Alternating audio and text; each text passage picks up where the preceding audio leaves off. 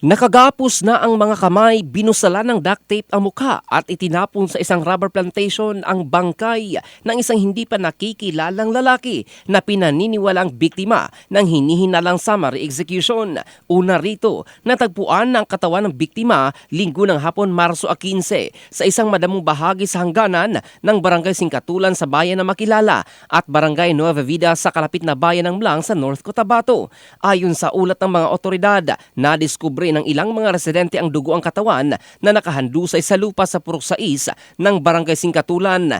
Kaya agad nila itong iniulat sa pulisya. Agad namang rumisponde ang mga tauhan ng Makilala Municipal Police Station upang isecure ang lugar at magsagawa ng investigasyon.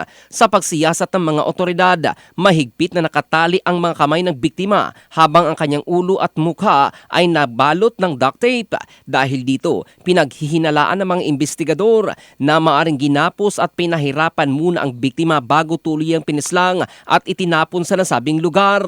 Wala ring anumang pagkakakilanlan mula sa biktima at wala pang residente sa kalapit na komunidad ang nakakakilala sa kanya. Dahil dito, patuloy ang pagsasagawa ng forensic examination at pakikipag-ugnayan ng pulisya sa mga karating na estasyon upang matukoy ang identity ng biktima at kung may kaugnayan ito sa mga naiulat na nawawalang tao. Dinala na rin ang bangkay sa isang lokal na punerarya para sa post-mortem examination habang nagpapatuloy ang pangangalap ng ebidensya at panayam sa mga posibleng saksi. Hinihikayat din ng pulisya ang sinumang may impormasyon tungkol sa insidente na makipag-ugnayan sa Makilala PNP habang nagpapatuloy ang investigasyon.